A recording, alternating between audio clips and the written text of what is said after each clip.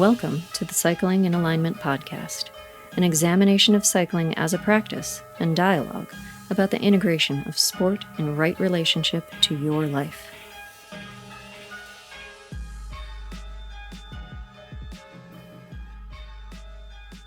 So that's kind of the thing. And so I've been focusing on this it became my day job in 2008. It was a personal thing starting in 2000 after I bonked at my first marathon. Okay. I said, this doesn't work. It was the first time I carb loaded, and my training had gone well. I was on course to run a sub 3 hour marathon. No problem. All my training indicated my times up to mile 18 indicated it. And that was my first experience in 2000. Like, whoa, this didn't work. So I switched immediately to higher protein and fat and still carbs, still plenty of carbs, and I ran 3 marathons after that. No problem. Just went right through them. Okay. And that set me on the path. And like I said, in 2006, I was introduced to Vespa, and then 2007 and 8, I transitioned into making this my day job. And so, the Vespa is not from a sales standpoint, but the more I'm exposed to it, not just from my use, but working with people, it's a natural product. It's actually classified by the FDA as a food-based beverage, not a dietary supplement. The people I bought the company and distribution from, classified it as a dietary supplement when they originally registered it.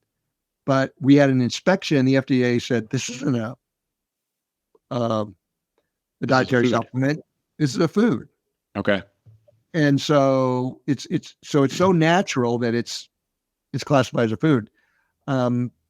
So I knew it worked because it worked for me, and I had a couple of other friends. And like I said, my friend Paul said Mojo swears by it, but it's just so exotic, right? A metabolic catalyst. And the reason I was open to it, because like from 2000 to 2006, I was already doing a form of fat adaptation. It's pretty crude at the time, but when my friend tossed me the pouch and talked about fat metabolism, I'm like, oh yeah, this makes sense to me. And that's where the problem is because when I got this as my day job, I found out how wrong I was. I mean, I didn't know about how carbs were just that was it.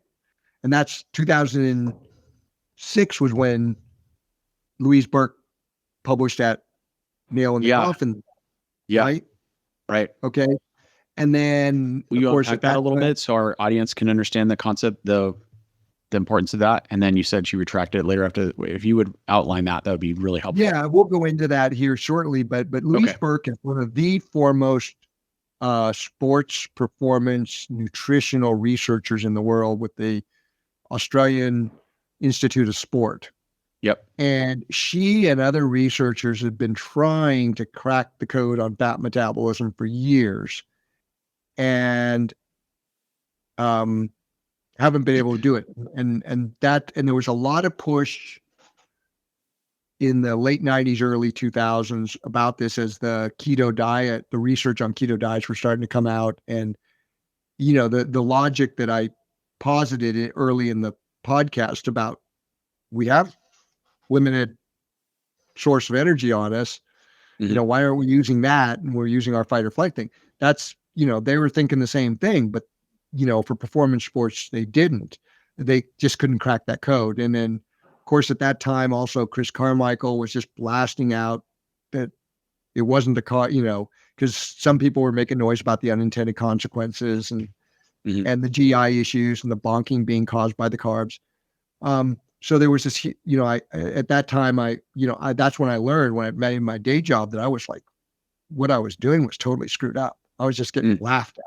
I mean, I remember my first interview in June of 2008 with a guy named Scott Dunlap, who's a trail runner, and he had one of the first blogs on it. And he was using the Vespa, and he just worked for him, right?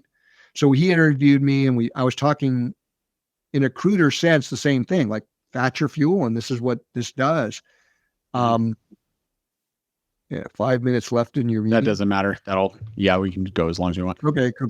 So anyway, we got blasted in the comments. I mean, if you read the comment section, we were torn to shreds, right? Because that was the time. And Louise wrote this editorial saying, this whole idea of fat metabolism is ridiculous. You can't use fat as a performance fuel source.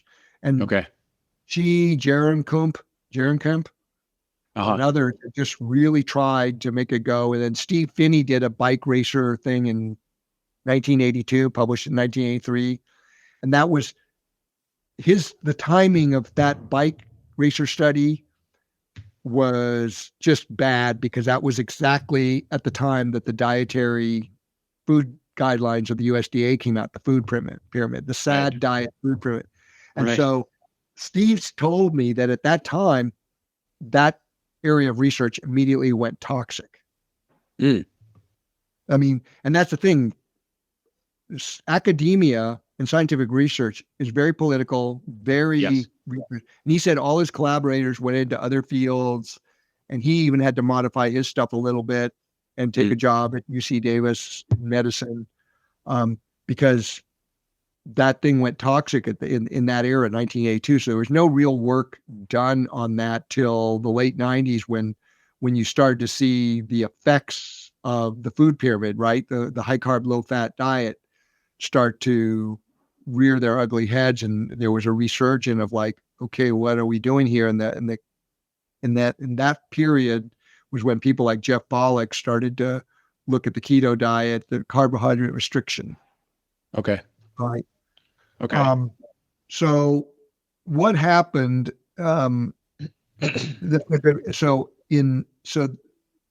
This is where. So I came in and started doing this. I started working with some early adopters, and most of the early adopters I was working with were people who'd run out of options in the high carb camp. You know, the bonking, the puking. Yeah. You know, it's just ruining their race. GI distress. So they were willing to try something different, and they heard that this was working for people, and you could get by on a lot less calories. And so we started working together, and we started getting really good results. People were winning races, but you know, there's always that question: where's your scientific paper? This is not possible. There's something else going on. You know, and it's that Schopenhauer saying, right? First they dismiss or ridicule you, then they violently oppose you, and then it becomes. We're sort of like in that middle ground now, but starting to get closer to the adoption of this. So, let me share a. Where's the share? Here's the share. Let me share a screen. Sure. Shot. Let's get this window. Okay, let's share this.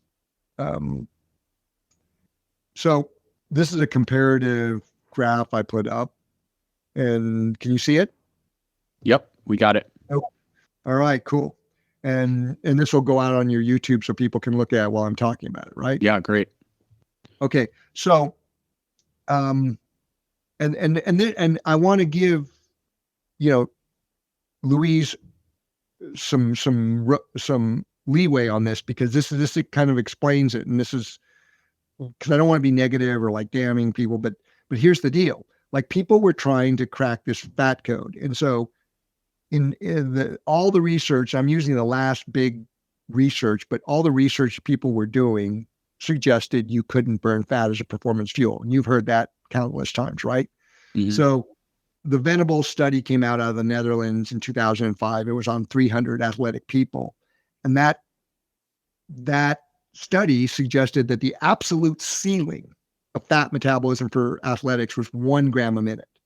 Yep. The absolute ceiling, okay?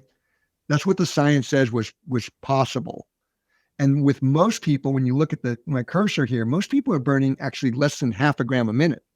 So, you know, a simple back of an envelope calculation, it like makes total sense. You can't use enough fat to fuel your performance. To actually go fast at all. Yeah. Like to go fast, to put out energy. Okay. And then in 2015, the FASTER study came out, which was by Jeff Bollock and Steve Finney. And it was taking 2 groups of ultra runners that were closely matched.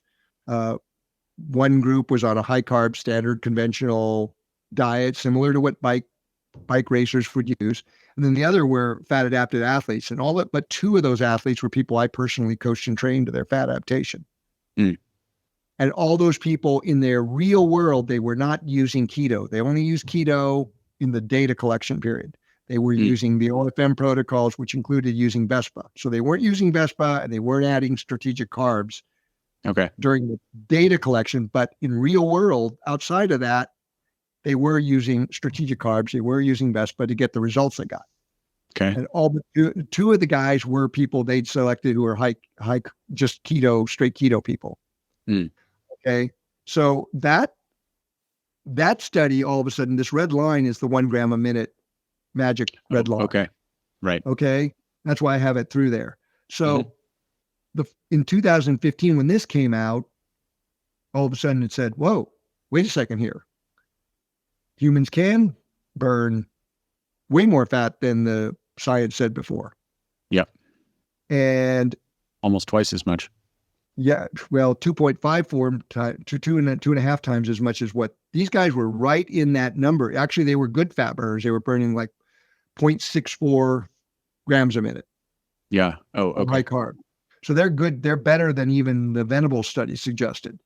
So this is what prompted, right. This is what prompted Louise Burke in a week after the FASTER study published online, not in the journal, but Louise Burke had an editorial out saying maybe we need to reconsider the nail in the coffin. And it was a big paper 1 week out, which I was like, how did she do that? And then Steve said she probably was the anonymous peer reviewer because she's one of the experts in this. Right. So she had access to the data and the paper before it got published. Yeah. So you see here how all of a sudden that shifted the thing. And this is peak fat oxidation. Okay. But in talking with the athletes in this, and including John Rutherford, who was the highest recorded in the FASTER study at 1.78 grams a minute, and talking with the people I was close with, they said, we were leaving stuff on the table. I know with Vespa and some carbs, we can push more. And John, by the way, just won the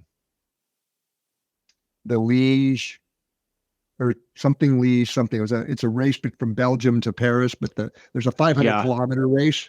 Yeah. He just won the 500 kilometer race overall. He beat the team even. Oh, wow. Okay. Yeah. And here's the thing. His cycling is just a side thing because he used to be on the USA cycling team years ago in Tyler Hamilton's age group. Yep. And unfortunately he left that because of the times he was in. And when they found out his dad was a veterinarian, the pressure on him to deliver so he punched out, went into the Marine Corps, flew F-18s, then became the White House liaison for the Secretary of the Navy, and then went into the State Department. So John currently lives in Brussels, and he's a Foreign Service officer of the Department of State to NATO right now. And his first posting was in Central Russia. So he speaks Russian. Yeah. He's the State Department diplomat to NATO and speaks Russian. So you can imagine the pressure he has on his life. And his wife even considers there's a term for his wife calls herself, and she's a NATO widow because he has a wife, 2 sons. His wife has a budding career as a writer of romance novels for middle school kids. And so they have a full life, and he still is able to win this in his 40s handily.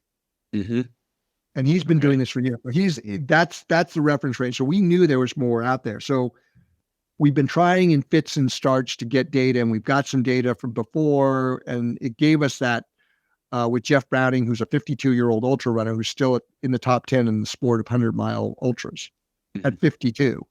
But we knew, and we started to see this with some of this data, and so we started to pull data. And so last year in January and February and March, we got some VO2 max data, and Jeff and Peter, and this is Peter's data, but both Jeff and Peter were able to not only, like, as soon as they start exercising, they're up to 1 gram a minute. You can see that right there, right? And as soon as they start, their pace goes up in the demand, they're at 1.5 grams. Like, they're right there where the FASTER study was. but that's not their peak fat oxidation. That's their all day Yeah. racing zone. Racing pace. Yeah. Right. And then when you go up here, they're actually able to sustain 2 grams a minute for 15 minutes. And we're talking, they're on a treadmill running sub 6 minute level. And they, as ultra runners, they never do that. So that's very high intensity level work. And they're able to pull over 2 grams a minute. And when you do the math, the back of the envelope math, all of a sudden you've gone from 0.5 gram a minute, which was what the standard said. And you do the math, you can't use fat. Well, you go to 1.5 grams a minute or even 1 gram a minute, it fundamentally changes the paradigm of fueling. But it's like, this is the thing.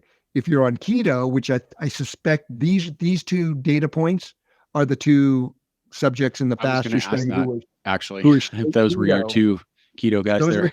Are the 2 straight keto guys. Yeah. And here are the OFM guys. Yeah. Right. Yeah. And so the guys who are working at optimizing their fat metabolism, it's like, boom. And the interesting thing is we tested them right the day after on Vespa, and they didn't do as well. They went longer, but their fat burning was reduced because, you've done VO2 tests. They take, burn matches, right? You're not going to recover in 24 hours. Right. Right. So they weren't able to burn fat as much, but they were able to go longer using the Vespa because that transfer to more glucose through the gluconeogenesis. And what's our yellow line on the bottom of that graph to the right? That's your carbohydrate. Carbohydrate. Okay, I was wondering that. Yeah. Yeah, we have all the raw data for the audience. If they want to look at the raw data, it's on our website. Okay. But this is why, and this is the thing. Like I say, it's a bridge fuel as well as a fight or flight fuel. So every time when you look right down here, every time they change the pace, every 4 minutes, they had that little blip of sugar, and then it would settle back down. Yeah. That's why I say, when you start from a sedentary state to a active state, glucose is your bridge fuel. And this data is done by gas exchange, right? Yes, it's on a metabolic cart. On a met cart. Yep. Yeah. Yeah. And I had an independent person do it, and she'd never seen results like this. And we actually did one RMR on one guy, and his resting metabolic rate was 100% fat burn. And she's like, wow, 70% fat burn is considered excellent. Exceptional. Yeah. And Jesse, who was the most fatigued of all of them, because he'd gotten up at 2 a.m. from LA and drove out to Phoenix to do the test, to Scottsdale to do the test. He was the worst shape to do the test, but he still pulled 100% fat burn in his RMR. Mm-hmm. So that kind of validates it, but the people who don't want to get curious, I'm not saying this is published science. It's not placebo-controlled, double-blind, gold standard. What are you at? But people should be curious because this is data. It's not like it didn't happen. This has happened. We have other data. I got to get that up, but we have other data on Jeff and others that show something is going on. Mm. I remember when we did Jeff at Utah State University, some professors milled into the performance lab to find out what was going on, because it was like the first day of AK spring break, and they started looking at the screen on what the numbers were going up, and they're like, this isn't happening. We got to rewrite the textbooks because they it just totally baffled them that this was happening. And they said if their colleague who's a professor there wasn't there and overseeing the calibration, they would have said the tech said calibrate the machine wrong. Right. And so, the data is there. And as you can see, all our athletes are easily capable of burning over 1 gram a minute. And, exceptional. And to a point, now I want to qualify this. Jeff, and one of the biggest levers they're using is not just the Vespa, not just the OFM, but they also live in Flagstaff.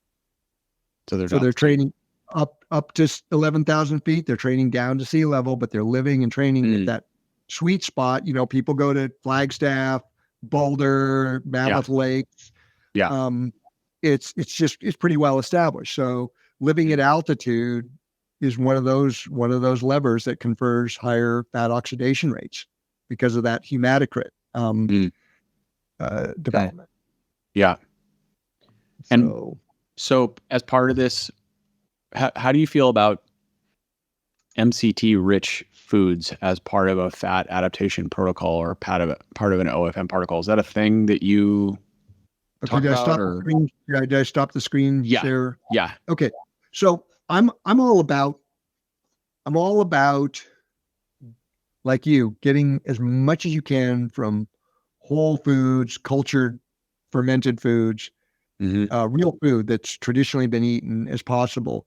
So the MCT oil thing is kind of a conundrum for me. I don't recommend people use MCT in training and competition because the digestive cost is high, and then for a lot of people, MCT oils will literally go right through them. I'm one of those people. I have Okay. to be very careful. Okay. Yeah. Yeah. Yeah. So I think it's like a process. It's a processed fat. Right. MCTs are. I mean, why not just take coconut oil and butter, right? So that's what I was getting at. Like, what about coconut oil or cacao butter, right? So I don't recommend you use, unless you're doing really long days where you're going low intensity, where you can have the digestive resources available. Yeah. The digestive resource cost is too high to be doing fats. I actually recommend concentrate carbohydrates and simple sugar. And when it's hot, simple sugars, and get your hydration on point, because you need the hydration on point, which means the electrolyte ratio, mostly sodium to water, is on point. And then simple sugars, because that allows your digestive tract to transit the glucose into your system, the calories you might want to supplement with, osmotically rather than go through the digestive process. Right. Okay. And so because fats have a big digestive cost. And then the other thing, like when I talk to people about how their dietary patterns are, we don't use the standard science of keto or carbs or anything.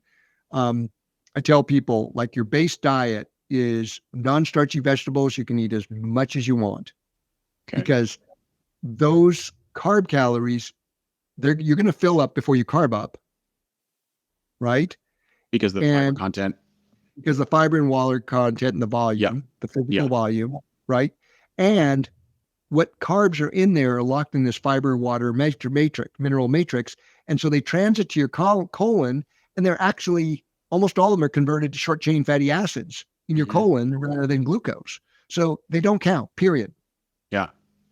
And people leave out, people have reduced down this whole amazing process of our bodies and physiology and digestion to these oversimplistic things like, oh, lettuce has this much mineral in it, or this, and this drives me nuts, right? This focus on macros. It's like, macros, and then these elements. And when you look at what biome does, it's like it's your body, your biome, and your liver, they're alchemists.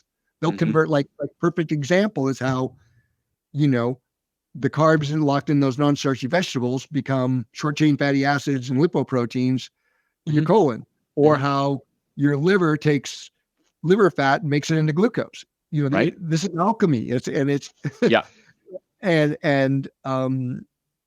it's well established, but people that message doesn't, they don't know about it. The average consumer.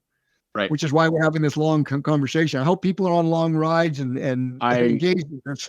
my episodes tend to be pretty long, so I really appreciate your time and energy. No, I'm all about this. So it's important for people to know this. So non-starchy vegetables ad libitum, because they'll really help attenuate the hunger in your daily thing, not in your training and racing, because you want to stay away from too much fiber.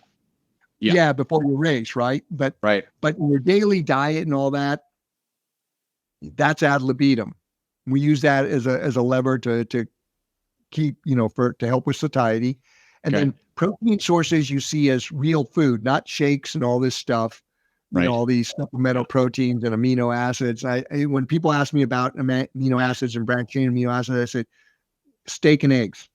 That's my response. People ask me, what's your favorite protein recovery shake after workout? And I usually say a turkey sandwich. Yeah. I always tell people steak and eggs, man, and a couple of liver capsules, and man, you got the biggest nutritional bomb for. And so protein sources you see as food for protein, and that's something you got to kind of moderate depending on what you're doing and all that, because you need protein, and you need protein with fat, because what I'm talking about a lot that nobody's talking about, because, you hear protein's a thing right now, right? Mm-hmm. Is you can shotgun a bunch of protein, but it's really about protein assimilation. Yeah. Once again, we're going to go down this rabbit hole. If you're breaking a fast, meaning 2 or 3 meals a day or 1 meal a day, you break a fast with a fat-rich, protein-rich meal, you're going to get the stomach acid breaking it down, and then you're going to get this really good bile response, because your gallbladder is filled up with bile. The fat triggers the bile response. So you get this really good ejection of bile into the stomach to emulsify the right? Yeah. And it creates lipoproteins, which are proteins attached to fat molecules, attached to bile, which emulsifies it. So you get really good protein assimilation. Right. More bioavailability. And bioavailable to build muscle tissue, enzymes, hormones, everything your body's about, that you need protein for, instead of this low-fat protein shake, which your body's going to absorb just because it does that. But a lot of that protein is going to get converted to glucose, and the amine group's going to get dumped into your kidneys as a metabolic load.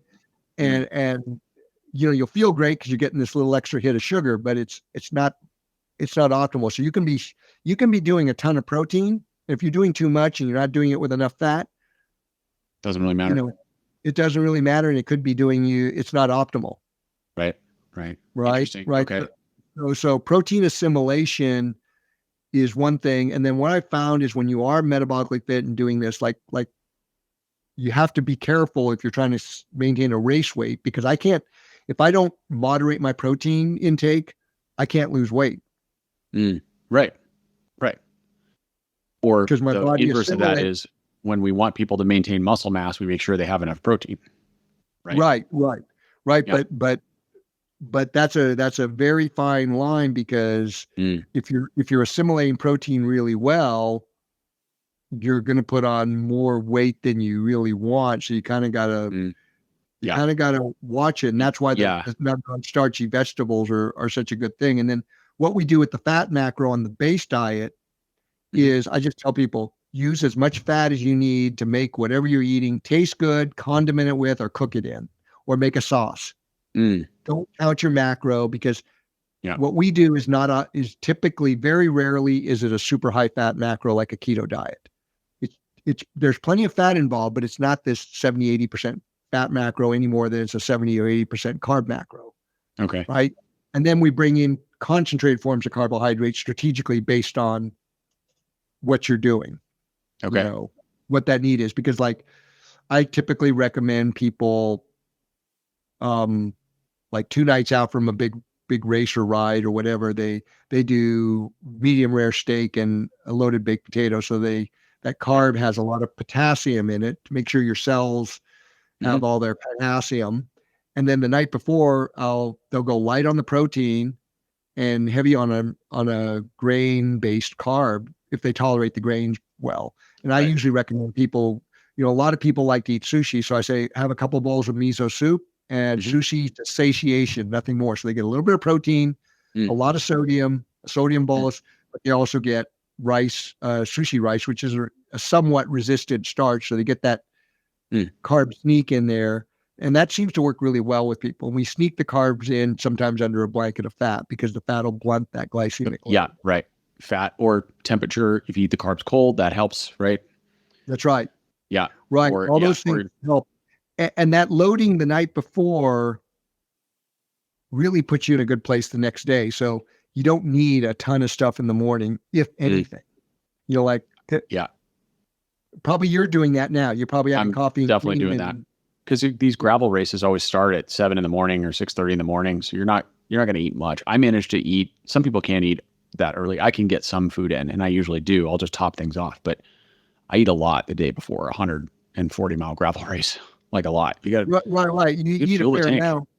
Yeah. Right, but you'll find, I don't know if you know a guy named Ethan Passant who lives in Crested Butte. He's one of the greatest athletes you never heard of. He won the Colorado Trail race several times. Okay. One time he won the Colorado Trail race, and a week later he came in fourth at Leadville. Wow. When behind Dave Weens and Lance Armstrong. Yep. And he was leading for a while, and he was racing them a week after winning the Colorado Trail race. And he was on antibiotics because he dug himself a hole completing the Colorado Trail race, Right. He got a bit of a kidney infection because he dehydrated himself. And and he still was able to pull forth. Okay. And was leading for a substantial amount of the race because he just was that kind of guy. Yeah. Sounds like a beast. Yeah, he's a beast. So that's kind of how we do it. And so he said, so the reason I bring him up was he had a saying that stuck with me. He says, I like to race hungry, which goes back to that primal thing. I mean, you hunted hungry. You did, but that's directly in conflict with most modern teachings about endurance sports, right? Which is all about, if you're hungry, you waited way too long, which is sort of a reflection of if you're thirsty, if you drink to thirst, you're probably dehydrated, those kinds of conversations.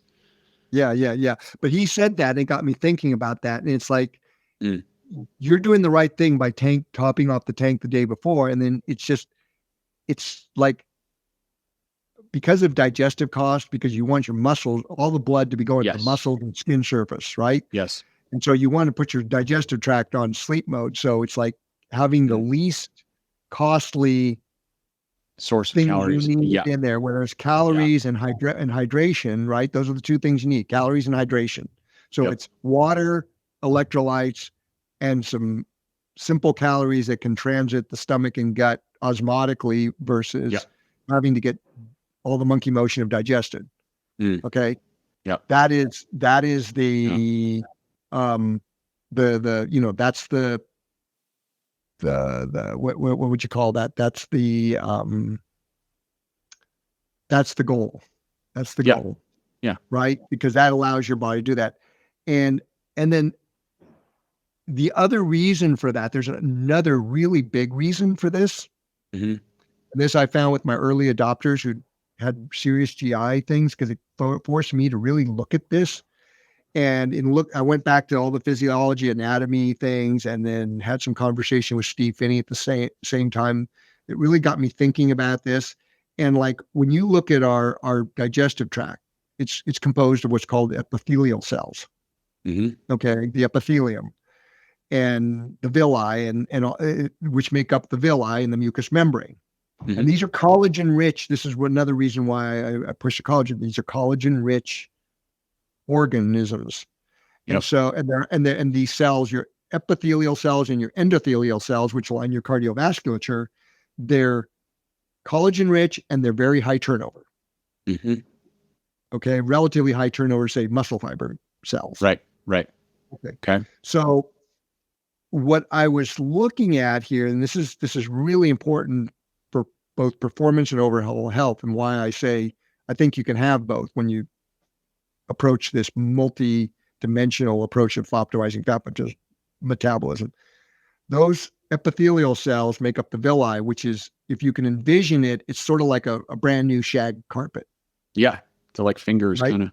All these fingers, and and so what happens is when you're trying to exercise and consume calories at the same time, a lot of calories at the same time, you don't have the optimal blood flow to them. So you're going to create a lot of oxidative stress because you're burning a lot of sugar, right? It's carbohydrate based foods. So a little is okay and maybe even adaptive, but a lot is creating a lot of oxidative stress, a lot of lactate load in a relatively hypoxic environment. Because like I say, do you want to go and do vigorous calisthenics when you sit down to a nice meal? No. Right? After a meal, you like to relax because your body wants to shunt the blood. It wants to shunt the blood to the epithelium to really work at optimal nutritional absorption. Yeah, to manage all that food. Right.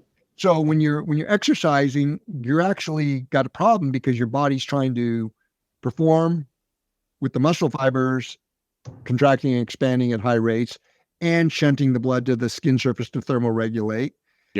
And these epithelial cells go into a relatively hypoxic state or a less optimal state. So you have all this oxidative stress. And the analogy or metaphor I use is think about it's a very valid analogy in that realm of the cycle of life concept, right? Yeah. So when you look at it, it's like what's going on in the Amazon rainforest. Your epithelium is that 100-foot rainforest canopy of plants and trees. And then your biome is the fauna that resides in them. So if you have a 100-foot canopy, you can hold a huge and diverse biome. And then you literally burn that rainforest down by using a bunch of carbohydrates, the same way they're burning down and you got that stubble of grass, right? Yeah. Yeah. And all of a sudden that stubble of grass doesn't have the capacity for a diverse and plentiful biome. So that first line of defense for your immune system is gone. Before your immune system kicks in, the things that mediate and moderate all that are gone largely. And then your digestive capacity is gone largely, which makes you more dependent on those processed foods for your nutrition. Yep. Oddly enough. And then the inflammation is through the roof. And that's why when they smoke people, you see these stubble things and in fact, it's hard to recolonize the biome when it's in this state because it's so inflamed. And this is why you see celiacs, Crohn's, all these different things. And then you shift the biome and of course, candida overgrowth is very common. Colitis. Yeah. Ulcerative colitis, all these things occur. And so this is what I saw early on. And this is why we developed this whole thing about collagen, because collagen rich proteins are high turnover. So we have a 2-step process. It's first you get your epithelium, you nourish your epithelium so it can grow back with the things closest to it, which these tripe soups and collagen rich foods that traditional cultures consume regularly for a reason. It literally eating stomach, which is, it's connected to the stomach of the other animal to heal your own, right? Yeah. Right. In that aligned with that evolutionary model that we did pre-industrial, pre-agricultural times. And then you colonize it with colonizing probiotics. And you got to choose those because most probiotics don't colonize well. Right. And to a point, if you don't, and so everybody's talking about probiotics, but they're not talking about eating tripe soup to they'll talk, collagen supplements, but most collagen supplements are skin collagen, which is good. It's great. Don't get me wrong, but you want to get as close to what you're trying to rebuild as possible.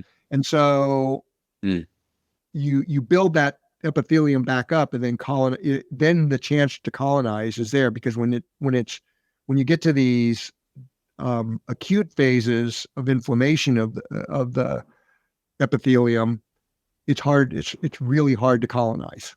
Yeah, that's really interesting. I give the speech to my athletes quite a bit, especially when they come in. Tell me if you agree with this or not, but people come in and when I'm doing a bike fit, I do a pre-rider questionnaire and I ask about their health history and their injury history. And sometimes you see these clear themes, right? Like people have had joint problems almost their whole life. It's like, okay, that leads me to diet and environment. And so I'll ask them a question like, well, what do you have a source of collagen in your diet? Because these are connective tissue problems, right? You got a knee problem, you tore an MCL, you did this, you got hip arthritis in your hip, or the doctor told now your neck's messed up. It's like, and the thing about this isn't always true in diet, right? Sometimes we eat things and they get alchemized into other stuff. But collagen, you eat collagen, it becomes collagen.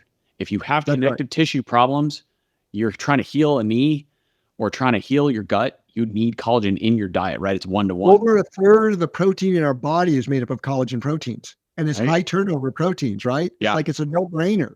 Got to replenish it all the time. And that's why I have people, that's why I go on and on about the collagen is people don't, there's a lot of talk because of all the marketing of collagen supplements, but it's like, no, you really need, like if you get a bowl of menudo con patas in grano, and if you eat half of it and put it in the fridge, it doesn't become a bowl of Jell-O. It becomes a block of collagen, like almost a plastic block. It's so dense. Wow. Yeah. And so it's vitally important that people recognize this, because that stomach and gut health it's your nutritional absorption. It does so much to reduce inflammation because it doesn't set your immune system off. Mhm. And if you're chronically setting your immune system off, guess what? You're going to make yourself at a high risk for autoimmune. Of course, right? The Right. autoimmune is just, the system is so overwhelmed and inflamed that it attacks everything because it can't handle anything. Right. And Yeah. your histamine response, everything. Yeah. But unfortunately, people look at this as normal because of this high carb, low fat diet and the marketing of processed foods, because we're getting marketed to, and people, you don't know what you don't know, but people are, so they don't know the stuff we're talking about. If people are listening to this thing on a long ride, good for them, because they're getting knowledge that you're not going to hear because there's no money in it. Right. Can't sell it. There's no money in eating whole foods. Right. That's right. Yeah. So people need to hear this kind of stuff they're not hearing, that has huge implications. That's why the stomach and gut health is the third tier on our OFM pyramid, is because it is so foundational. It's first your fat adapted metabolic state, then it's nutrition and not calories for that nutritional balance, and then stomach and gut health, because and it all ties together, right? Because of that, it's just so critical. People, I can't stress that enough, how much the stomach, and of course, your biome and your stomach and gut are like a third brain, right? There's a lot of signaling, hormonal signaling to the brain that goes on.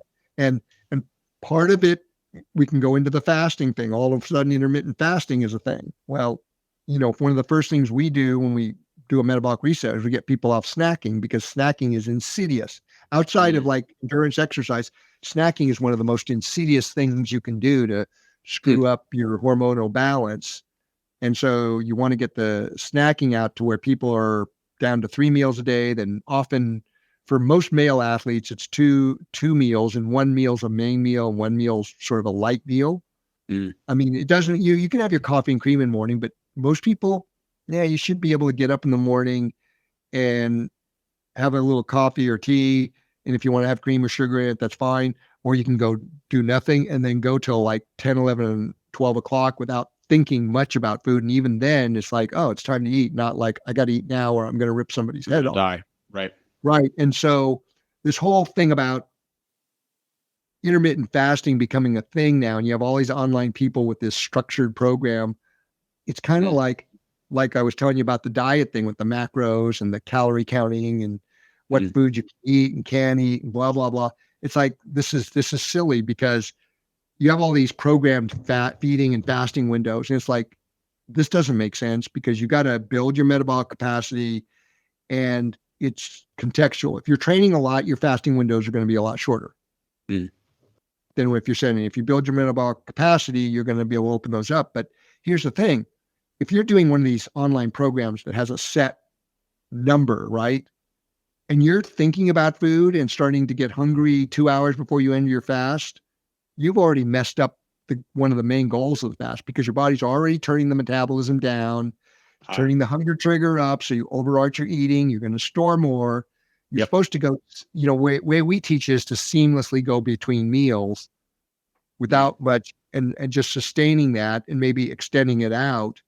So you get into that deep keto fat burning state that is going to allow you to fast seamlessly and then break a fast without going crazy. Because you don't want your metabolism turning down. You don't want your hunger trigger turning up. But that's why these feeding and fasting windows don't make sense to me. There's always more to it, and people need to think about that. You need to just go between meals without thinking about it. And pretty soon you get in a lifestyle where there's no stress about it. You just realize you've just gone 20 hours without eating significant calories. And part of my strategies with fasting is like the trivial calories that are in bone broth, or just even the cheap box stock, or a V8 juice or a Vespa that you can use in your fasting. Those trivial calories really don't count. Okay. And they'll keep you hydrated. They'll keep that trigger down, because you don't want that physiology to get set in motion, because that really will rumination. Yeah. Yeah. I could see that requiring a lot of coaching, right? Because some athletes, especially if they've been trying to lose weight for years or food is a very central focus for them, it can be quite difficult to get them to look away from that and adopt that process. But Well, it has to do with, it has to do with our evolutionary heritage being hijacked by modern marketing, right? We focus on one thing. We are predators, so we're made to focus and stalk. So it's just like, oh, we go in that direction when we go in that direction based on that signal. Yeah. But it's like you got to stop that and look at a bigger picture about who you are. And it's actually, it's complex, like you say, to teach, but the actual execution, once you get it down, it's pretty simple. It's simple and you don't even think about it. Yeah. Like, I mean, you probably had those since you've gone on this journey, you probably had those things where, you get busy with something and you forget to eat and pretty soon it's 18 hours, 20 hours have gone by and you haven't had a meal. Sometimes that happens to me. I tend to be pretty food focused, but I also feel like my body composition's been close to ideal for most of my adult life. So based on that, well, you probably you have a high workload, training load, right? My training load's been, it used to be, I've been racing for 35 years. So now my training load is probably like most age groupers, between 8 and 12 hours a week. But I've also, because I did 15 years as a pro, I can jump into Steamboat Gravel and race 7 hours. And I can, even on not that much fitness, I can fake it pretty well with, old man strength, which maybe is fat metabolism, probably is on some level. It is. It's a metabolic fitness you built up. Yeah. I mean, my friend Charlotte Hart, she was one year, she was the California crit champion here in California at Davis, right? Mm-hmm. And she can jump into, and she's come over to the dark side with me about doing the big mountain runs because she loves the mountains. But she can literally not get on the bike for months, go into a race and be in the top 5. Yeah. She's got that kind of fitness. Yeah. So, but the fasting thing is like, I don't know how to articulate it well enough, but you get what I'm saying about if you start thinking about food and you start to get hangry, you're already defeating some of one of the main goals of it. So you want to keep that in check. You want to go for it because autophagy, that cellular cleansing, is also really important. Mm-hmm. And the science is really clear on that. It's always been clear because, we feasted, like I said, evolutionarily as hunter-gatherers, we feasted and fasted. And those traditions, those natural evolutionary traditions were carried over as humans became agrarian. And then before the industrial age, this is why religions do, regular fast. Ramadan, Lent, all your religions have these practices. The Buddhists have these practices of fasting. They probably weren't consciously aware of the underlying physiology by it, but they knew there was something to it. Mm-hmm. Just like they knew there was something to eating the whole animal. Yeah. Right. Yeah. And so, but I also think that if we get that foundational health back, then we can leverage it with all these modern tools like the carbs, like all these new carb delivery things. And that's where you can get the performance. What do you think about all the modern drinks that try to titrate out carb delivery and bypass the stomach, like the Martin and all those? Oh, I think they work, but the push to just make them that one thing, right? And the push to do 80 to 120, or some people are doing 140 grams an hour. Yeah, 140, 150. Yeah. I'm like, this is madness. Yeah. Well, I can see maybe for a few selected things like an Everesting or whatever. Yeah. Everesting or in the right conditions, or the Grand Tour guys, on certain stages. Yeah. Right.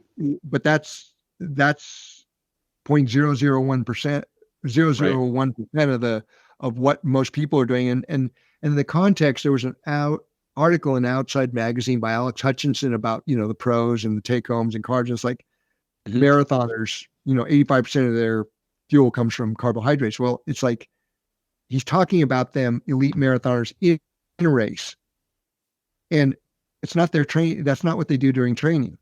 Right. Right.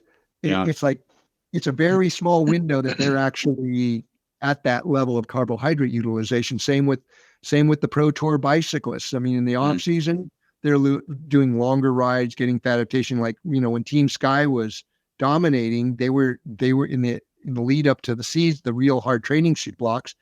James Morton was adopting a lot of fat adaptation strategy to build that base. That's interesting. And I've worked with an Olympic gold medalist as a swimmer, and swimming is a purely glycolytic competition, right? Right. But how do swimmers get to that elite level? It's hours and hours of looking at a black line at the bottom of a pool. Right. And they're doing that aerobically. So this is one of those beautiful, like, moments of metabolism, how it explains how nature keeps everything in balance, right? Because I'll outline this, and then please feel free to shoot this down or disagree accordingly. But we have athletes who are naturally glycolytic, and then we have athletes who are naturally more slow twitch, aerobically based, right? And when an athlete shows depth and they can do all the things, they can tap into either one of those energy systems. Just like we were talking about with diet, you can have a piece of pizza, and you could also have, an avocado, and you're okay, and a salad, and you're not going to freak out. So we have athletic depth when they can access and utilize all those energy pathways. But what's beautiful about it is that aerobic metabolism can run off of fat, can run off of carbohydrates, right? But it also runs off lactate as a fuel. And glycolytic metabolism. Certain organs are really good at processing lactate as a fuel. Lactate. The heart loves lactate. Right. But it's rate limited. Remember that. Correct. We'll talk about that. Yeah. So the point I'm getting at is that glycolytic metabolism produces lactate as a byproduct and necessary byproduct of glycolysis. So when you have an athlete who is naturally off the couch, their glycolytic engine is huge. They could go rip a 20-second sprint and make 2,000 watts or whatever, but they never, to stereotype for a minute, we have the fat, lazy sprinters. I know a lot of these guys in my life. They sit on the couch growing muscle all the time, and that's their thing. That's their phenotype. And if they don't train their aerobic system to complement that and that glycolytic system or that raw neuromuscular power, they become so imbalanced because they can go out and just smash it for 20 seconds and produce this massive wave of lactate. And just like everything in the world of metabolics, there's a time delay, right? So it takes a little while for it to hit you. But when it hits you, if your aerobic system can't help empty that bathtub, you're just paralyzed, right? You're laying on the ground, just panting for minutes and minutes and minutes, just totally cross-eyed. This is the old track kilo rider paradigm. They go absolutely blindingly fast for a minute or so, and then they can't talk for an hour. But if we train both systems, then we get the ability to do that giant effort, but then not be completely buried in your own metabolic consequences, right? And then vice versa is also true. You have a climber who's got this massive aerobic capacity, but they train their glycolytic system to surge and recover. Then now they can deal with change in pace. They're not just a diesel. They're not a 28 mile an hour rider who just can go one speed all day long and go pretty fast. But then as soon as someone else is on their wheel and they attack them, they're done instantly. They can actually surge and recover. So we get these beautiful athletic moments where people have depth, and it's like the way in which nature kind of counterbalances itself out, but even expresses itself in the weird sport of cycling, which is based on us riding around in these Victorian era contraptions, right? This learned sport that has nothing to do with survivalism or human nature or walking or running or throwing. Yeah. What do you think about all that? Okay, this is a great segue, because I'm not going to agree or disagree. I'm going to kind of frame some things that'll I think will help you understand what you're saying, because you're dead on about this, about getting that. It's called metabolic flexibility, but you can't get that flexibility without building metabolic capacity. You can be metabolically flexible, but you can't if you don't have the capacity. It's like you say, somewhere down the road, you're not going to get very far.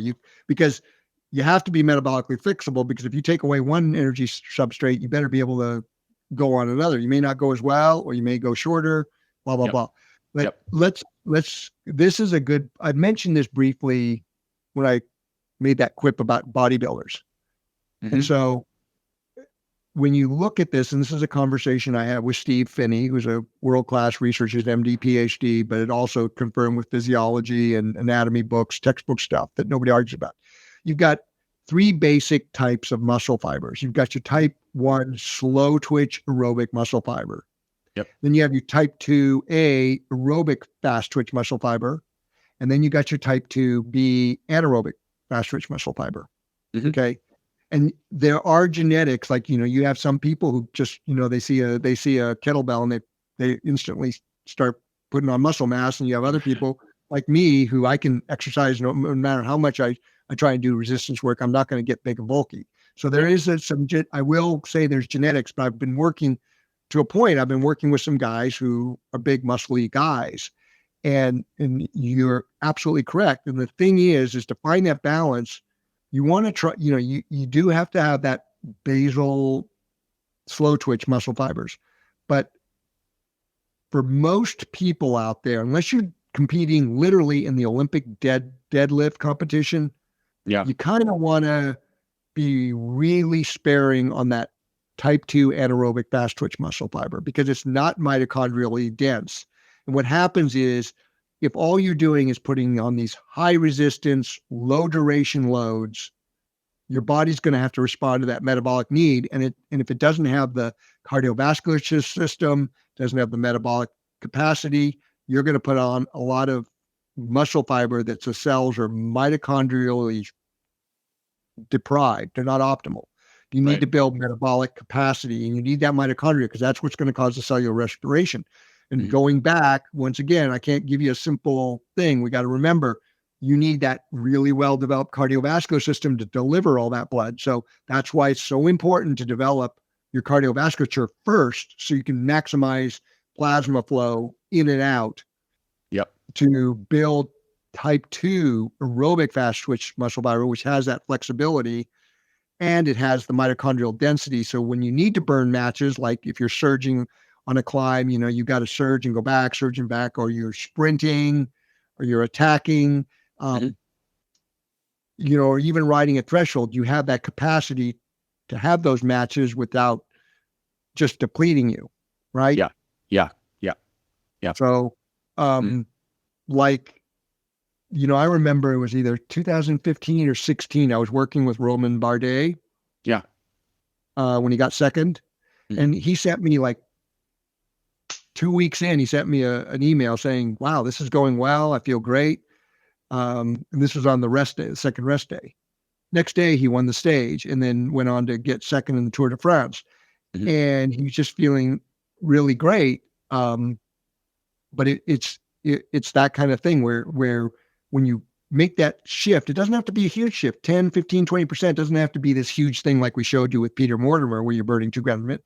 Just that significant, you're going to reduce that lactate load. And lactate, even though the body's adapted to harness it as a fuel, even though it's spun off, it's still rate limited. Right. So if you're really glycolytic, you're going to overproduce lactate to overwhelm the systems like the kidneys and the heart, which can use lactate as a fuel source. And plus you got to shuttle that lactate out of the muscle cells to the liver, to the heart in order to use it. So it creates a lot of metabolic. So the less you have to produce of a lactate load and keep it within that rate limited level, the better off you are. And that's why lactate is just like ketones are a proxy for fat metabolism. Yeah. Lactate's always been a proxy for fatigue. Right. And right now you have this big thing on what's called the Norwegian method, which is nothing more than lactate training. Yep. And it's been around a long time, but they put it's got a new label, right?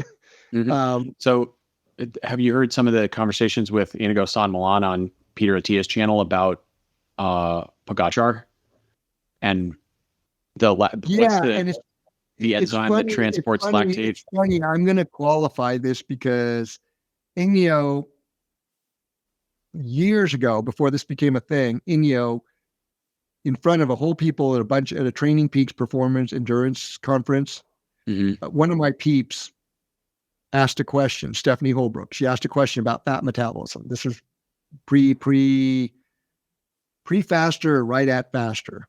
Okay. And he publicly humiliated her in front of everybody. Okay. And it was all about the carbs. Yeah. And so I've read some of the stuff, and he's on the right track. He's not quite there yet, but he's on the right track because he's looking at the mitochondria now. Yeah. And, he's trying to figure it out. But here's the thing with him as a researcher, and I don't know him very well, but I've heard some interview. I heard that interview. I can't remember it too much, but the Peter Defty, it's within the confines of science, the guardrails of science. So they're talking about studies and this and pointing to references, and like one of the guys I look to that I identify with is a guy named Alan Savory at the Savory Institute. Do you know him? No, I don't. He's like into this whole grassland, restoring desertified grasslands. Okay. And he's found that when you take the great ruminant herds and you clump them together, mimicking how the predators clumped the herds together, you actually regenerate grasslands.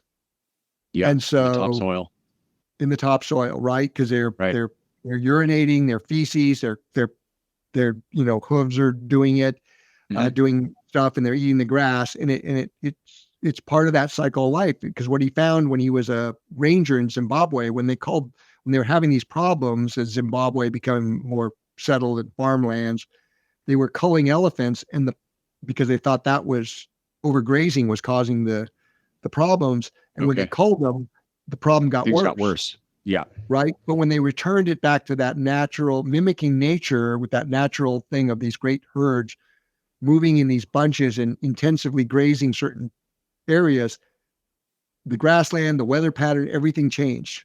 Okay.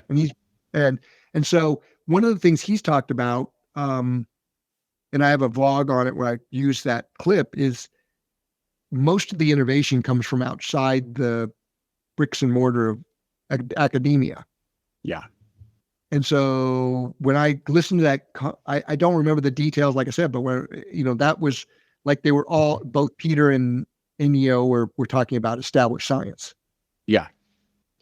Yeah. And this is the problem, is like, when Stephanie got up and asked him about fat metabolism, and he blasted her at the time because he wasn't even there yet to this whole mitochondrial thing.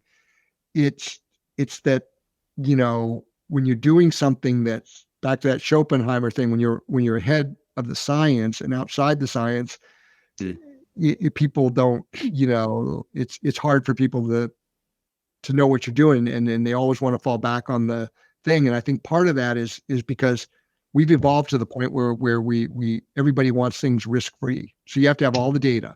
Nobody, it's got to be in a published study. It's got to be institutionalized. Like it's got to be it's like, no, something's working here. We need to look at it. No, it's not established, but you look at all innovation. It's usually brilliant people that are outside on the fringes that are driving innovation, like Steve Jobs. Heck, even Apple pushed him out of his company. He was so out there. Right. You look at Walt Disney's history. It's really funny because when he decided to make Steamboat Willie, people thought he was crazy for making an animated cartoon about a mouse. Yeah. Right. And then that came along. He made a mountain of money, and then he put it into this full-length color feature animation. People thought a fairy tale cartoon full-length feature. I thought he was nuts. And there was Snow White.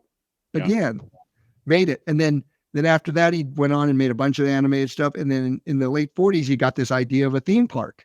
People thought he was crazy. Paul Chek would say the pioneers are the ones with the arrows in their backs. Right. Yeah. There's a saying called pioneers get scalped, settlers prosper. Right. So, yeah. Right.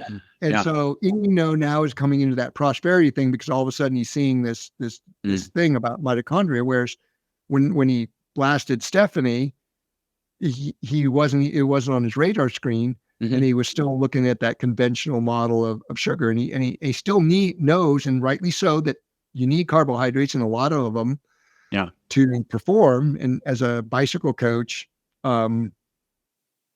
he's got to get results for those teams he's consulting for, right? Right. Right. So the point I was getting at there is just that I think they were saying that Pogačar has an unusually high level of this enzyme that transports lactate across cell membranes. I can't recall the name of the enzyme, but that was his what they had done to study in his case was that suggested that was his sort of genetic edge, that he had this unusual quantity of this enzyme. And he may have a genetic predisposition, but there also might be something in his bio. There's a whole bunch of things like epigenetics, right? It's like we're all the same, we're all different. And yeah, there's some genetic, but I think people pull the genetics card out way too soon. Right? Yeah. Right. And so Pogačar, did that enzyme allowed him to do what? Burn more carbohydrate, burn more fat? What was I think it was process more lactate, so his lactate levels were much lower. He could generate these big waves of these glycolytic efforts, but he never had his bathtub flowing over, to go back to that analogy, right? Yeah. And here's the thing, but he's also obviously a very big fat burner. And like this year, one of the big reasons he didn't do as well at the Tour de France is he simply didn't get that block of training in that he needed to build his base. Right. So here's the thing. I think it's more what we see with the athletes we're working with is the more you can shift to fat metabolism, the less lactate you're producing. Right. Which means you don't have to spill over in those things. So when when you're doing those surges, you're all of a sudden producing a lot of lactate. Well, if you can shift that somewhat, so your basal lactate load is small to none, like in that, get your fat burning to where you're burning fat at your 75, 80, 85% of your VO2 max, which is what our data is showing you're capable of, right? And the faster study showed that too. That for that sweet spot of endurance racing, now you can burn fat. Right. Okay. Right. And then save those spikes of lactate. I think that's got more to do with it than the genetic enzyme, right? Does that make sense? And then, back to this whole thing with this Norwegian method with the lactate. I mean, I remember in 2010, do you remember today, Valuvet? He was the GC rider for AG2R in 2010, 2011. Not at the moment, but okay. Okay. He was another Slovenian rider, and he was the top, he was the GC rider for AG2R at the time. I went over to Italy to work with him. And he was doing really well using the Vespa supplement. We were modifying his diet just a little bit. He still needs a lot of carbs. But part of the reason I was going over there was to make sure he was clean, because this was a time where there was a lot of stuff going on. And guess who he was training with? Who was his coach? Who? Dr. Ferrari. Oh. and so I got. So what'd you find out? Well, no, this is an interesting thing. Okay, at that time, that was when they figured out the whole EPO deal. And Ferrari was actively telling people, don't use EPO because they can test for it. Right. And so I went to Italy and I actually ran it myself for my training, but I also was hanging out with Ferrari and today and a couple other riders on that same hill that Lance used to train on out of Rio Veggio. Yeah. And they were doing, and that's what Ferrari was doing. And he was doing lactate training. There was no talk of anything other than that. I went and stayed today at his house. There's no sign. The guy was probably politically naive by working with Ferrari, but Ferrari, I have to be honest. I mean, because we didn't discuss anything, my interaction with him had nothing to do with the dark side. Right. So it's like, I could see this guy, he was doing charting lactate, and he was talking about VO2. He said, gosh, today has a good VO2. It's like 74, but he said Lance was up there pushing 80. Yeah. Right? Lance had a big engine. And so, but they were testing him as they climbed this hill. And so lactate's a big thing. So if you can reduce that lactate, he was really kind of stunned how today was doing really good on the lactate, and he was using the Vespa because that reduces that lactate load. Right. That little shift. But okay, just so people are aware, and please again correct me if my physiology is mistaken or incorrect here, but when we measure lactate in the blood, whether it's at the end of a 5-minute effort or 20-minute effort or whatever, it's a product. It's a proxy, and it's a product of, there was a certain amount of lactate generated, but then some of it was consumed. But we don't really know what those ratios are. We don't know how much of it was consumed by aerobic metabolism in the time between whenever it was generated and whenever you measured. So we're measuring the delta, the remnant of that whole of those several processes, correct? So right. So what's you have to happening be careful about the conclusions you draw, correct? Right. But Okay. what you can draw from that is if whatever your lactate millimole is in your blood, Yeah. you're exceeding that rate of lactate processing. Flushing or utilization, right? Right. And that's why Right. it's a very good tool, just like ketones are for ketosis. Yeah.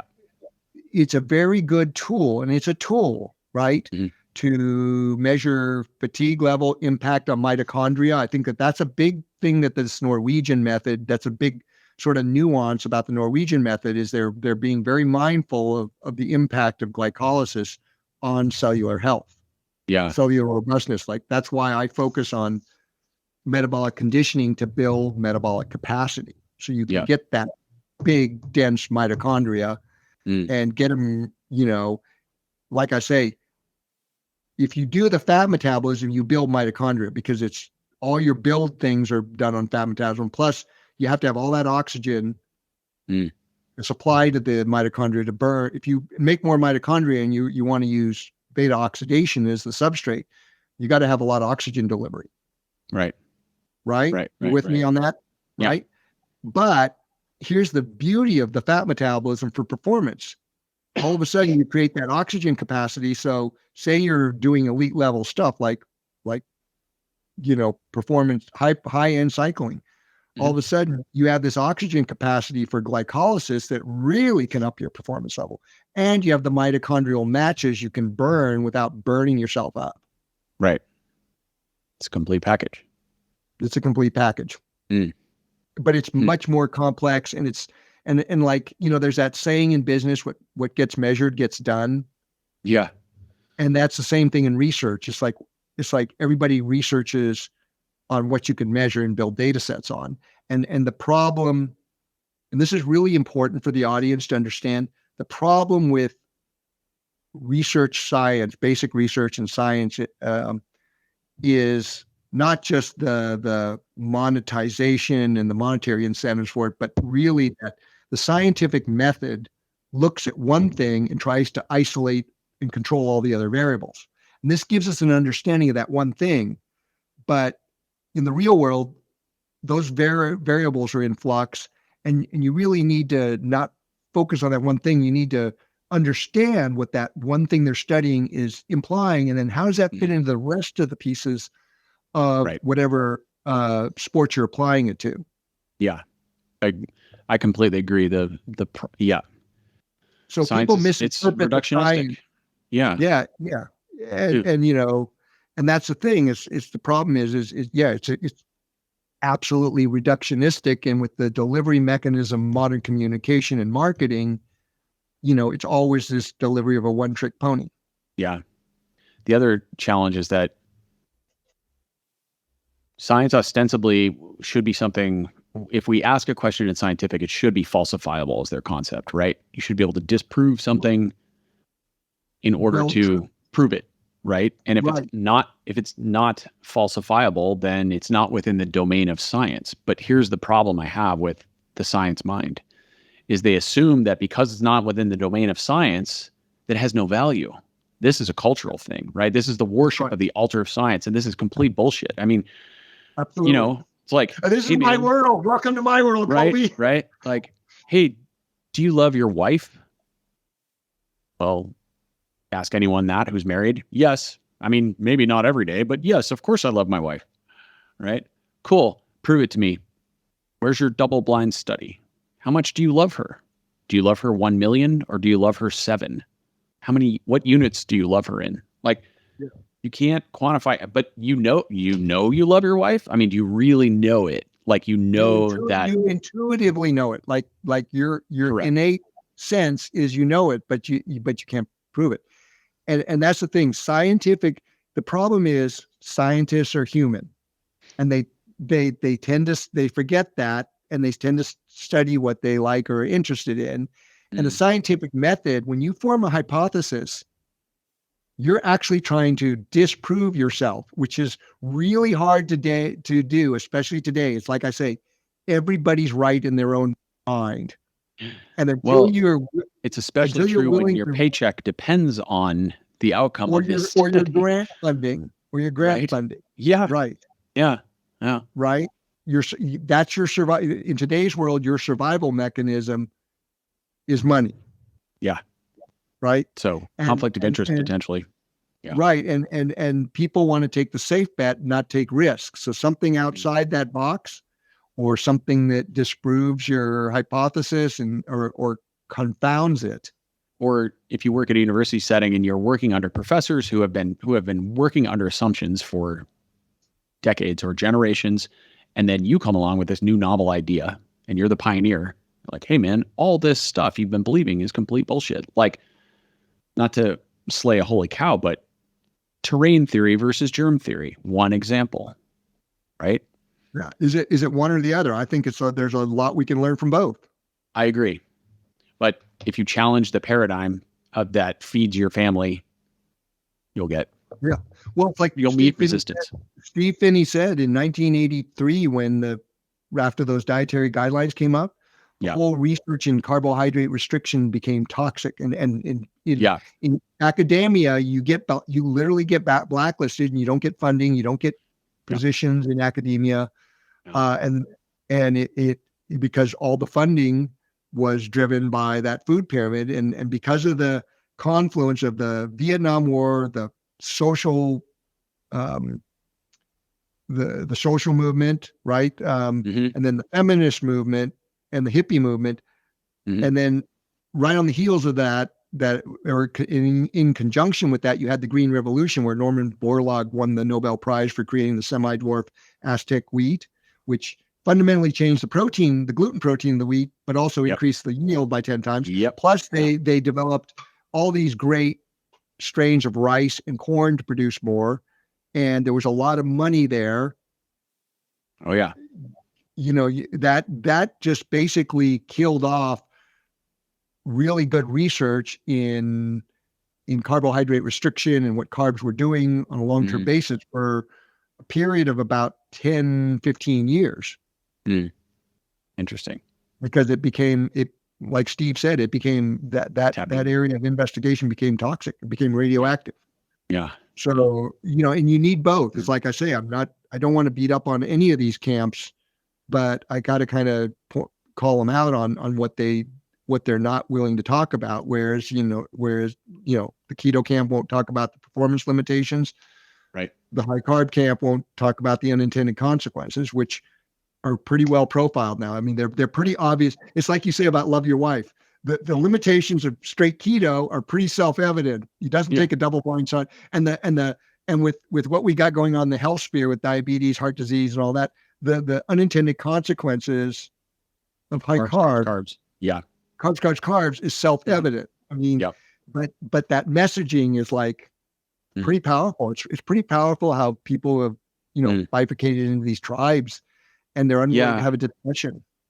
So thinking about that, I mean, like, it's sort of inevitable if we think about the concept that you and I right now, we could go just holding our little pocket supercomputers here, this thing that costs $1,000 or whatever, ridiculous amount of money, all these rocks. This is really expensive rocks, effectively, right? We can learn more on this in one 24-hour period than someone living in 1899 could in an entire lifetime. I know Thomas Jefferson, who was a Renaissance man, didn't have this. But here's the thing. What Thomas Jefferson or Ben Franklin or Robert Oppenheimer or Albert Einstein had that most people don't have today is curiosity. You're so imbued by fear because we're so tied to this. We're so dependent on this or the next gadget that we forget that. I mean, I saw literally a month ago, I listened to a woman on a speakerphone have a total, complete meltdown because her phone went off. She'd somehow gotten a 60-year-old woman who grew up in an age where cell phones didn't exist, have a complete meltdown to where her trip to the Alps to do hut-to-hut hiking and all that, she was talking about canceling it, months in the planning, all this stuff. I mean, she totally had a meltdown, a freak out, didn't know where she was going because she didn't have her GPS, totally freaked out over a device that if she didn't have it in her life, she wouldn't have the problem. Right. Right. So it's that unintended consequences. Unintended consequences. Yeah. We have this device that we can learn more than somebody could learn in a lifetime back in those more primitive days, but yet those unintended consequences are just as bad, if not worse. They're massive. And so I think that's what I'm saying. Like, I think the bifurcation and the polarization of so many of our culture and so many issues, whether we're talking about politics or, well, all the things, I really think that's a side effect of this world, because we're inundated with so much information and so many expert opinions that people become paralyzed. This is the problem. They become completely paralyzed, or they become tribal. And they but you're talking about us worshiping this thing, but we're also worshiping these gurus and forgetting that we're our own best guru and trusting that. Yes. We may not know, but trusting that we have, and these people should be our guides. That's why I tell people, I'm not a guy. I'm not a guru. I'm a guide. you're gonna have to do the work, but we're here to help you go there, because I've got experience in this. And then on top of that, all the stress that's creating the cortisol that's putting you into that fight or flight modality. Like I said, we're pinging primitive fight or flight hardware in ways it was never meant to be done on a chronic basis. Yeah. Everything from the super bright LEDs to the way the information is delivered and rammed in our faces. Yeah. In this reductionist fashion. Yeah. So navigation of this world is a life skill now. It's a necessary and learned life skill that you have to have in order to protect your health and well-being. Really?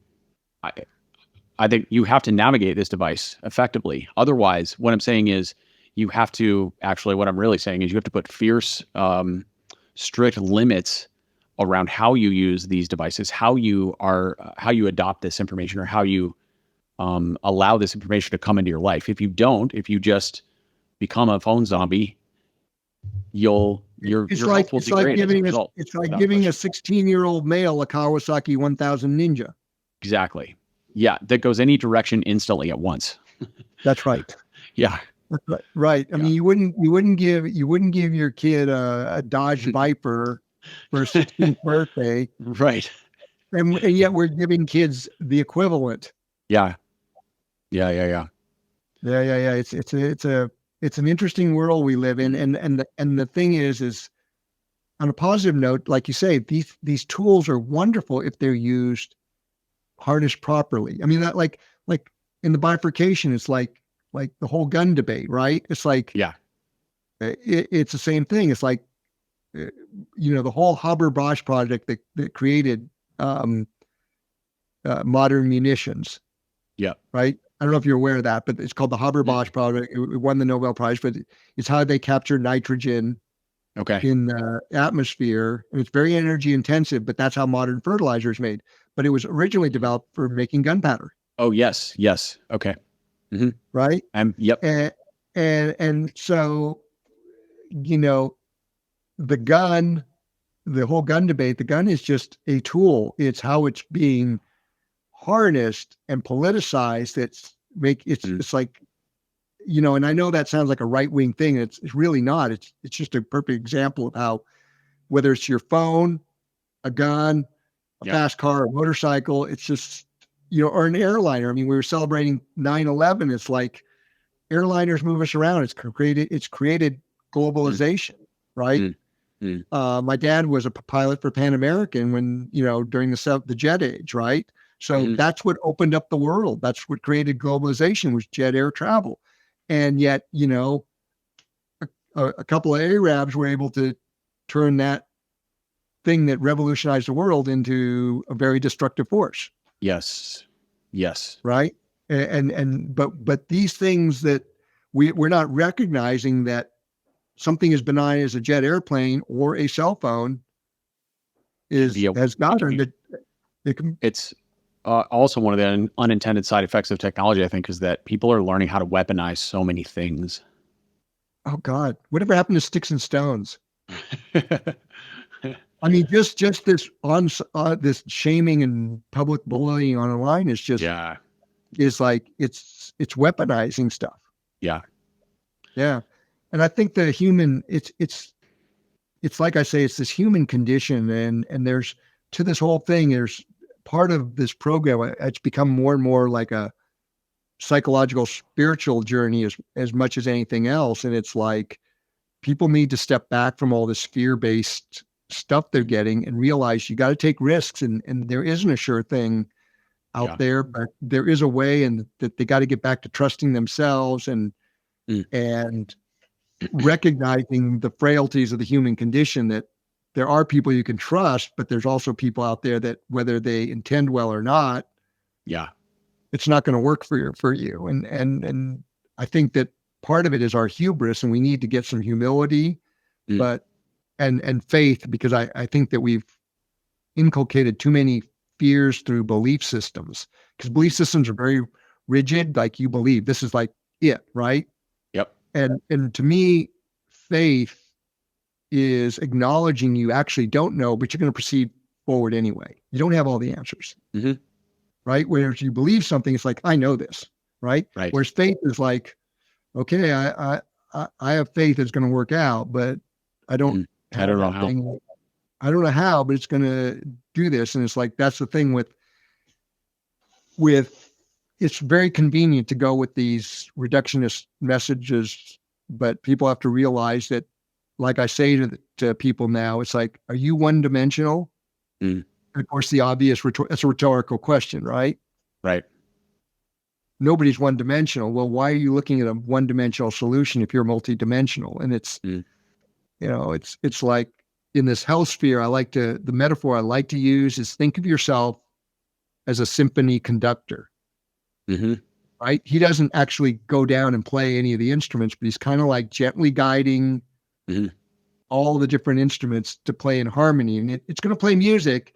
And depending on how well you're conducting things, the music can sound off and funny and wrong, or it can all those different elements can sync up and really get you in tune to really, have all those things come together into a beautiful concerto.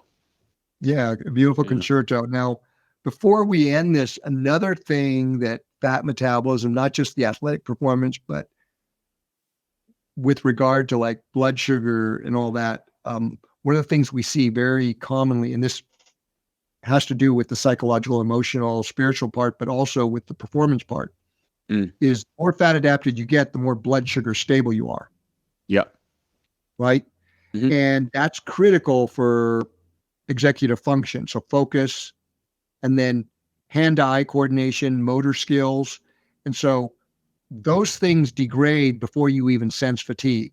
So if you're doing a sport like cycling is one, right? Because it takes a lot of motor skills, but like say soccer or basketball or figure skating, those things require razor sharp motor skills, quick bursts of energy. And when you sense something's off, you've already gone past that. You've already gone past that point of no return from retaining that uber sharp stuff. And in 2002, Vespa sponsored a figure skater named Alexei Yagudin. Okay. And he won the 2002 Olympic Games with perfect scores. I don't know if you remember his performance. Amazing. Okay. 2002, you can look him up, 2002 Winter Olympic Games. He was just phenomenal at that, but he won every competition he entered. Okay. And a men's long program is only 4 minutes long.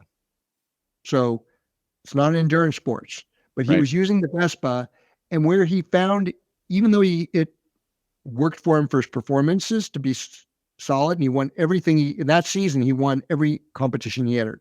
Just absolutely dominated. He went from being top to dominating. Okay. But where it really mattered for him for figure skating was, in figure skating, this blood sugar stability is really important in training, because the coach is watching the skater closely. And as soon as he starts to see that sloppiness set in, he's off the ice. He or she is off the ice, because they're either going to do the move wrong or they're going to fall and injure themselves. Right. And what Alexei found was he could train significantly longer, get that muscle memory really tuned in to where that's how he dominated, it was in his training, which led to those performances where it was just go out and do what he was doing every day. And that's that blood sugar stability. And that's another thing that we that we really see is that mental focus that you get when you're doing everything. Right. Cool. Yeah. Well, Peter, thank you so much for our long conversation today. I think I might have to split this one into 2 parts when I release it, just to. Oh yeah. I do a lot of 2 hour and a half, 2 hours, but we're over 3 now. So well done.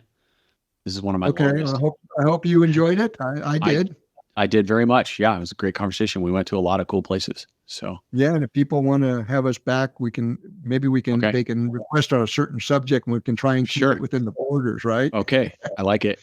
So there you go. There's Peter's offer. If you feel like that's a thing, then tag us both on Instagram and ask a question, and maybe we can get Peter back on if you want to hear more of what he has to say. And just to wrap things up here, please tell people where they can find out more about Vespa and you and your channels. Okay. So we actually bifurcated things because we were confusing people, right? Okay. Because a lot of people think so. Vespa is something you can use as a standalone. So this is a good first entry for people who are curious about this, because you can try Vespa without a change in diet. And people were getting confused. They thought you had to do a keto diet because they had no frame of reference. We got lumped into keto. Right. And they thought, oh, I can't do that. And then the other thing is they look on the pouch and she has 19 calories and they just can't figure out how it works, right? Right. Okay. So vespapower.com is the site that has the products. Mm-hmm. And then ofm.io. So it's Optimized Fat Metabolism, ofm.io, I optimize. Mm-hmm. ofm.io is for the information, the content, our vlogs. Okay. Yep. Personalized coaching if you want it. We've got some programs to help people get on their way. And, we have some tools even for coaches like you that can help you help more people. Cool. Yeah. So ofm.io for the content, the information, the programs, and vespapower.com for the products. And, all right. Thanks very much. Thank you, Peter. Really appreciate it. Congratulations, Space Monkeys. You made it to the end of the podcast. I hope you enjoyed this conversation. And if you want to go try some Vespa for your own personal laboratory of one, there are 2 pathways. Both of them involve direct links, which will be listed in the show notes. However, I'm going to tell you one of the direct links right now because it's pretty easy and you can probably just type it in and get there. The link is vespapower.com/coupon/alignment25/. Note that 25 is spelled in digits, not in alpha characters. So one more time, that is vespapower.com/coupon/alignment25/. And when you click on that direct link, you can place an order and then you have a coupon code to enter. The coupon is alignment25 in all lowercase. And again, 25 is in digits. Now, you got to spell alignment correctly because we did. So if you don't spell it right, it won't work. That's one little caveat. The second pathway you can use is to click on the direct link, which will be listed in our show notes.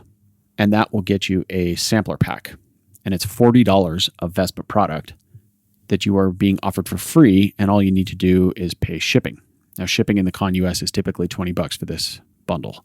So really, you can think of it as paying $20 for $40 worth of free product and free shipping.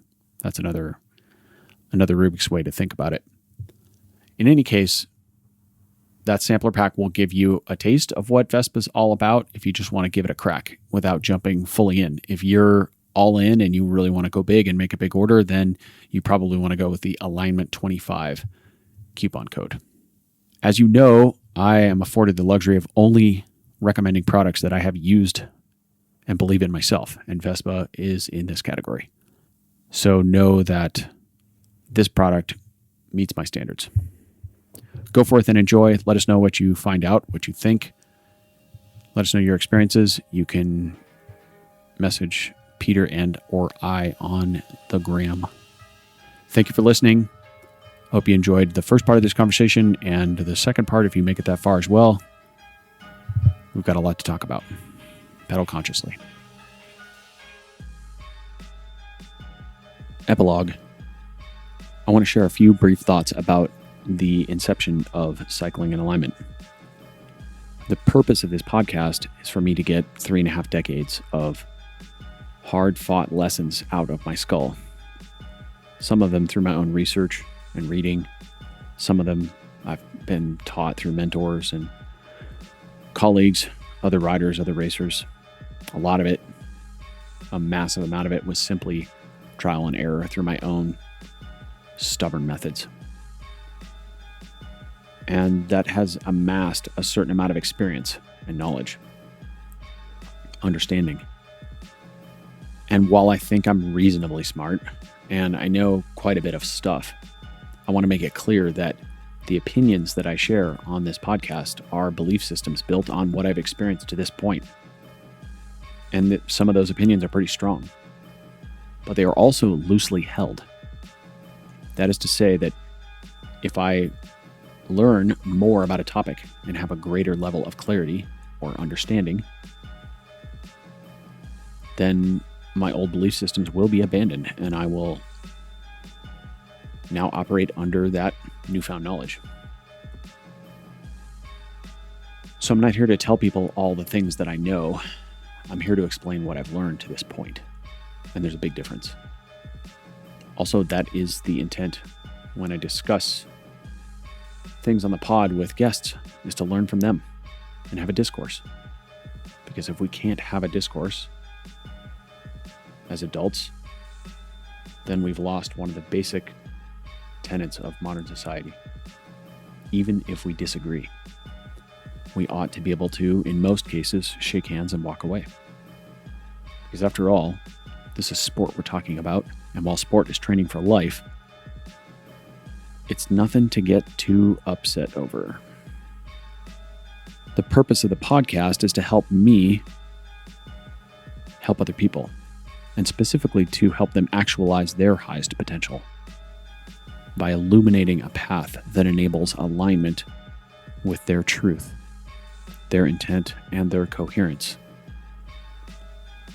That's really the end goal. So I'm grateful for your listening. My intent is also not, to be clear, to gain an audience or become popular or gain social status in any way. I don't care about that stuff. That said, if you feel an episode that you have heard will help someone you know, please share it with them. That helps us reach the end goal, which is to help more people. Thank you for listening. I'm grateful for your time and attention. Blessings.